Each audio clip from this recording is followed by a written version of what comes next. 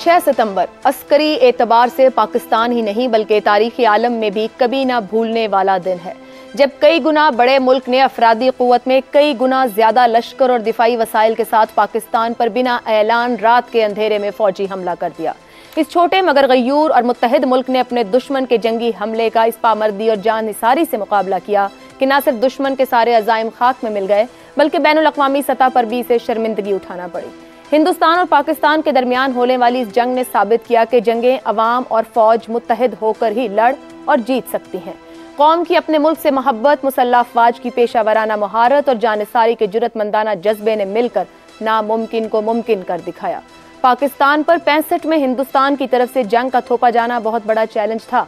दौरान जंग हर एक पाकिस्तानी को एक ही फिक्र थी कि मुझे दुश्मन का सामना करना और कामयाबी पाना है। हिंदुस्तानी फौज के कमांडर इन चीफ ने अपनी इब्तिदाई कामयाबियों के जेर असर बड़क हाँक दी थी कि वो लाहौर के जिम खाना में शाम को महफिल सजाएंगे। पाकिस्तानी मुसल्लह अफवाज ने जवाब में भारतीय कमांडर इन चीफ के इस ख्वाब को चकनाचूर कर दिया।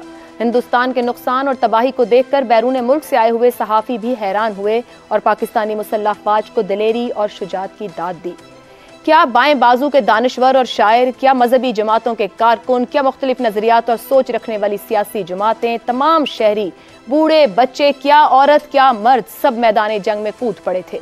क्या असातिज़ा, तलबा, शायर, अदीब, फनकार, गुलूकार, डॉक्टर, सिविल डिफेंस, मजदूर, किसान, ज़राए अबलाग, सबकी एक ही धुन और आवाज़ थी, ए मर्द मुजाहिद जाग जरा, अब वक्त शहादत है आया।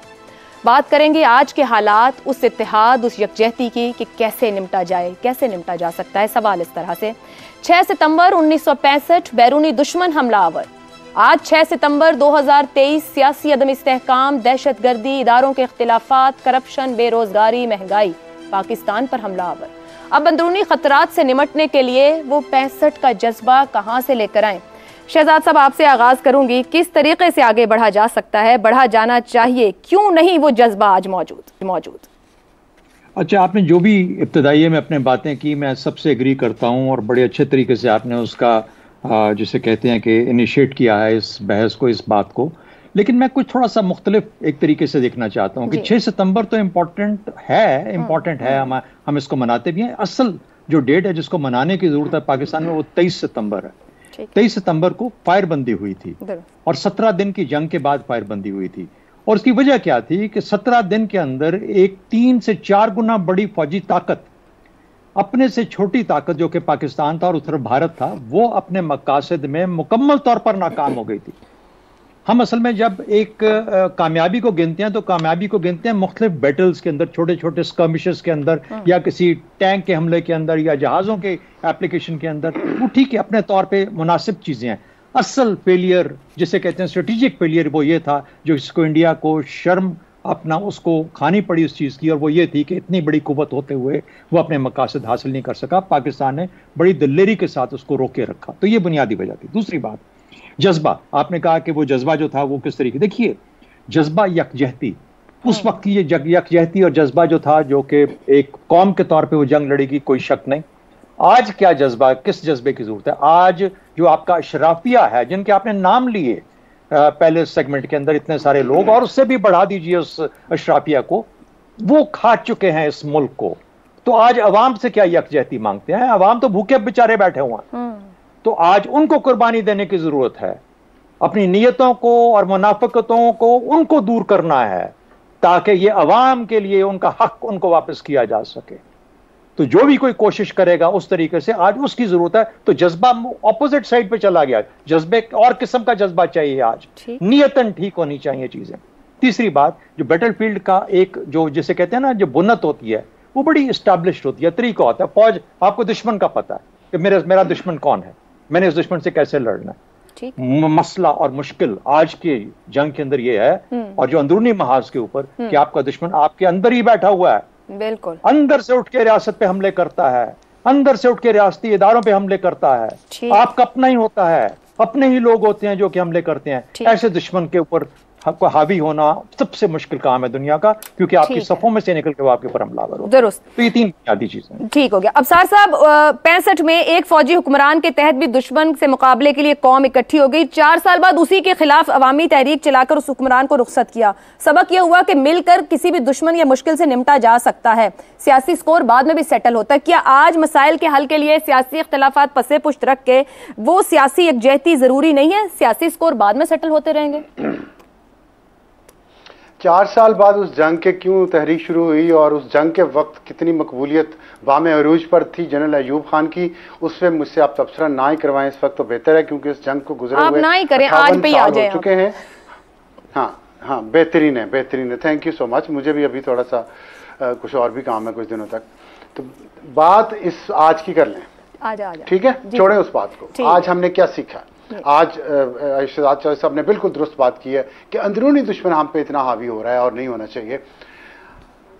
सिर्फ आज की खबर आपको बता रहा हूं। तोरखम बॉर्डर पे अफगानिस्तान के साथ हमारी लड़ाई हो रही है, उधर से फायरिंग हो रही है, इधर से फायरिंग हो रही है, और तोरखम के उस तरफ अफगानिस्तान में वो हुकूमत है जिसको हम लेके आए, जिसपे हमारे DGISI साहब सेरीना को यूं करके कप पकड़ा हुआ था, उन्होंने चाहे कहा था everything will be okay, I can see everything is okay. Number 1 वो कौन लेके आया? तालिबान को।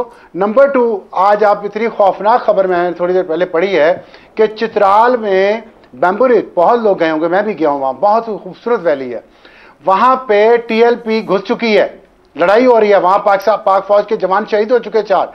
अब आप मुझे बताएं, TLP अंदर घुस के कब्जा कर रही है 2 चौकियों पे। ये आज की खबर बता रहा हूं। स्कर्दू, सॉरी TTP, माफ कीजिएगा, TTP, ठीक है।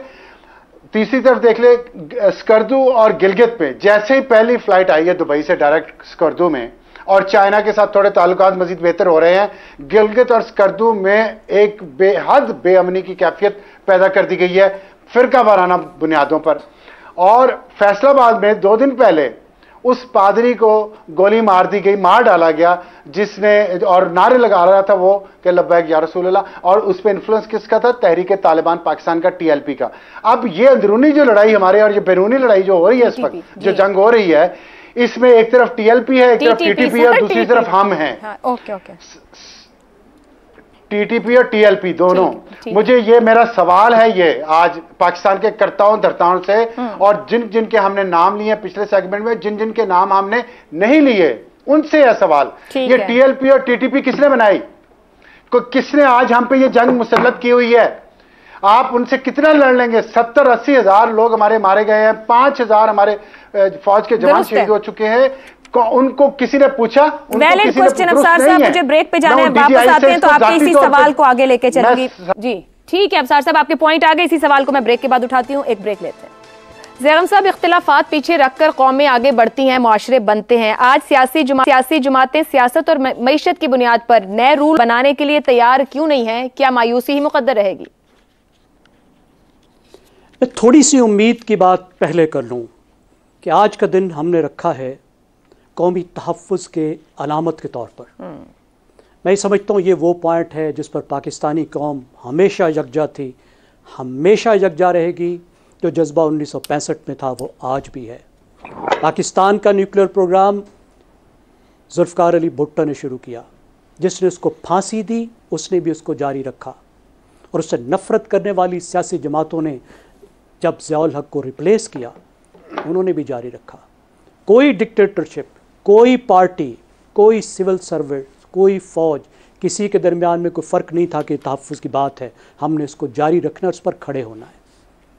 आज जब पाकिस्तान अंदरूनी तौर पर ही सही लेकिन अपने तहफ़्फ़ुज़ की जंग दहशतगर्दी के ख़िलाफ़ लड़ रहा है, तो ज़रा देखिए कि हमारी मलाला जैसी बच्चियाँ भी खड़ी हो जाती हैं। अवामी नेशनल पार्टी जिसको गद्दारी गद्दारी गद्दारी के इल्ज़ामात लगाए गए, 1400 अफराद उसके शहीद हो चुके हैं, इसलिए कि वो कौम के साथ खड़े थे, दहशतगर्दों के ख़िलाफ़ खड़े थे। आज भी हमारे जवान शहीद हो रहे हैं, अवाम और फ़ौज इकट्ठी है। अब मसला कहाँ है? देखिए 17 दिन हमने जंग लड़ी, वियतनाम ने 19 साल जंग लड़ी। 19 साल किससे लड़ी? अमेरिका के साथ। आज वो अमेरिका को $80 बिलियन की एक्सपोर्ट करता है। जिसके साथ 19 साल जंग लड़ी, उसको $80 बिलियन की एक्सपोर्ट करता है। पाकिस्तान की टोटल एक्सपोर्ट $30 बिलियन नहीं है।